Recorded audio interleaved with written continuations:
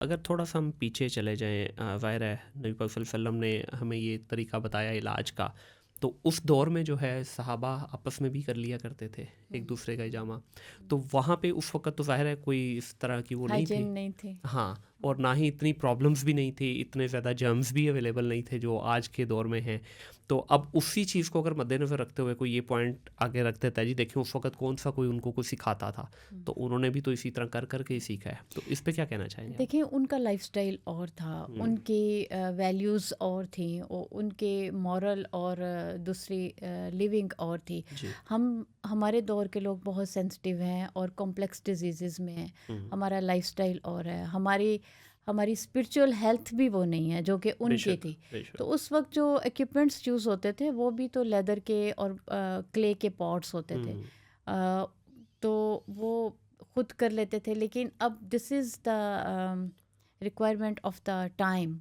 अब जो हम जिन पेशेंट्स को फेस करते हैं, जो हमारी सराउंडिंग्स हैं, हुँ, जो हमारे खाने पीने में, हमारे एनवायरनमेंट में जो पोल्यूशंस हैं, तो हम किसी किस्म की इस तरह का रिस्क नहीं ले सकते कि हुँ। कोई अनएजुकेटेड अनट्रेंड बंदा जो है वो इस तरह से हिजामा अप्लाई करे या ये प्रैक्टिस करे। बिल्कुल ठीक है। अच्छा डॉक्टर साहब, इसमें मुख्तलिफ मैंने देखा है कि वीडियोज़ में भी हमें नज़र आ रहा होता है, अक्सर मूवीज़ में भी दिखाते हैं। कप के भी डिफरेंट हैं इसमें, जिस तरह आपने भी ज़िक्र किया है, वेट कपिंग भी होती है, ड्राई कपिंग भी होती है, फिर एक मैंने देखा वो स्मोक लगा के भी करते हैं, जी बिल्कुल। मुख्तलिफ तरीक़ों से। मेरा ख़्याल है नबी पाक सल्लल्लाहु अलैहि वसल्लम से भी वही अख़ज़ है कि वो स्मोक लगा के बॉडी के हम्म। ऊपर लगाते, तो अंदर वैक्यूम इकट्ठा होता, तो बिल्कुल। उससे फिर वो बनाते थे।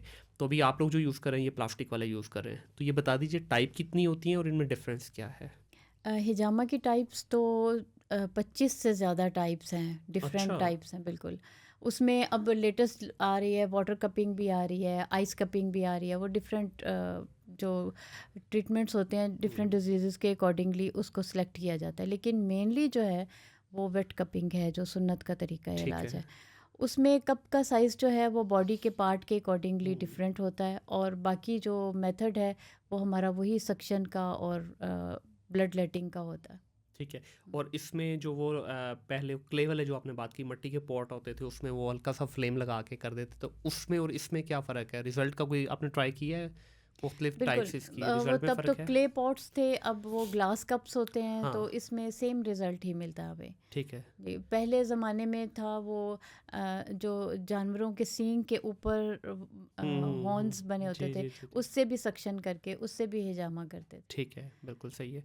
तो इसके अंदर जब ये आप कर रहे होते हैं, इसका थोड़ा-ज़रा प्रोसेस भी बताइएगा। अब कुछ लोग ये समझते हैं कि ये बॉडी के अंदर से खून निकाला जाता है, क्योंकि वो कट जो होता है वो डीप कट लगाते हैं, तो वो हम्म। बॉडी के अंदर वाला जो खून है वो निकलता है, जबकि ये कि गंदा खून जिसको कहते हैं, ये वो वाला ब्लड निकलता है। तो थोड़ा प्रोसेस भी समझा दीजिए सुनने वालों के लिए, क्योंकि वीडियो जब देखते हैं ना तो वाक़ई डरता है एक दफ़ा इंसान, जिसने कराना भी है तो वो भी डगमगा जाता है। ऐसा होता है कि मोस्टली जो हमारे पास जैसे आपने कहा कि जी, वीडियो देख के आते हैं, तो हाँ। उनको यही होता है कि पता नहीं हमारा कितना खून निकलेगा। और कुछ पेशेंट्स ऐसे भी होते हैं कि वो कहते हैं कि आपने तो हमारा खून ही नहीं निकाला, इसलिए हमें फ़र्क यस, नहीं पड़ेगा। यस, यस, ये भी है एक जब पॉइंट। उनका खून ज़्यादा निकलता है वो समझते हैं ज़्यादा हाँ। हमें ज़्यादा फाका होगा।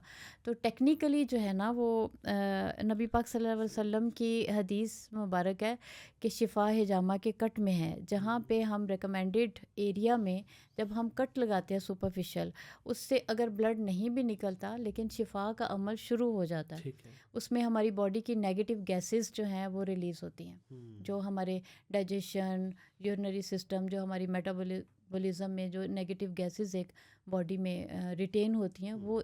वो हमारी बॉडी से ड्रेन आउट हो जाती हैं। तो टेक्निकली जो हम कप लगाते हैं, सक्शन देते हैं, उसके बाद सुपरफिशियल कट्स लगाते हैं, ठीक है। क्योंकि स्किन की 3 लेयर्स हैं और हुँ, सबसे नीचे वाली लेयर के नीचे कैपिलरीज हैं।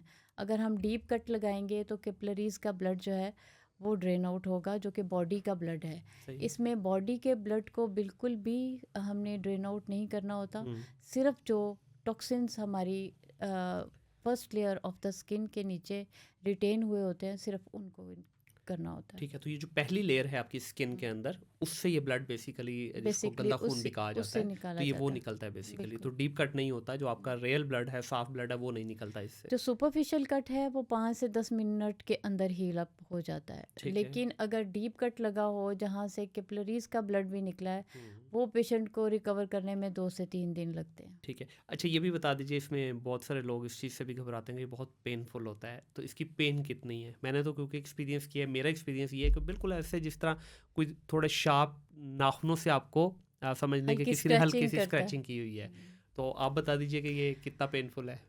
बहुत से पेशेंट्स को तो पेन बिल्कुल फ़ील नहीं होती, और जो कुछ सेंसिटिव होते हैं उसमें डेफ़िनेटली इतनी ही पेन होती है कि जैसे हल्के से स्क्रैचेस होते हैं। पेन बिल्कुल नहीं होती अगर हम सक्शन को प्रॉपरली करें।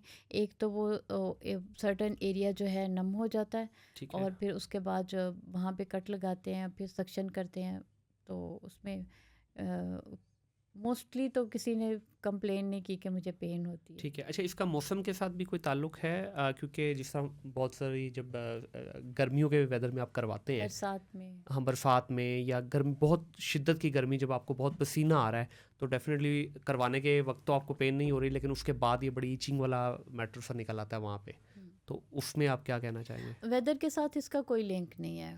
ठीक है। वेदर के साथ बिल्कुल भी लिंक नहीं है, लेकिन कुछ डेज हैं और डेट्स हैं कि जिसमें हम रिकमेंड नहीं करते। बता दीजिए वो भी।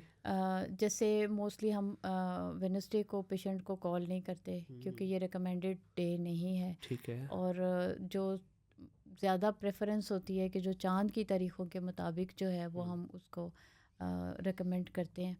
ठीक है। तो बाकी जो आपने कहा, सॉरी रिपीट करें कि ये अब जिस तरह बहुत गर्मी के मौसम में करवा गर्मी लें के ना, तो वो मौसम बाद में जी। पसीना आने की वजह से आपको उस पार्ट के ऊपर जो है ना ईचिंग होने लग जाती है, आप खारिज करते हैं तो वहाँ पे जख्म बन जाता है आपका। वेदर के साथ इसका कोई लिंक नहीं है। तमाम मौसमों में ये यकसा ही इसका हमें फ़ायदा हासिल होता है। ठीक है। लेकिन कुछ ऐसा होता है कि जब ज़्यादा स्वेटिंग वाले मंथ्स होते हैं, जैसे जून जुलाई है या बरसात का मौसम होता है, तो चूँकि हमने सक्शंस की होती है तो उससे स्किन थोड़ी सी ड्राई और टाइट हो जाती जी है। बिल्कुल। उसकी वजह से हिजामा के बाद उसमें थोड़ी सी इरिटेशन या थोड़ी सी वो चुभन सी महसूस होती है।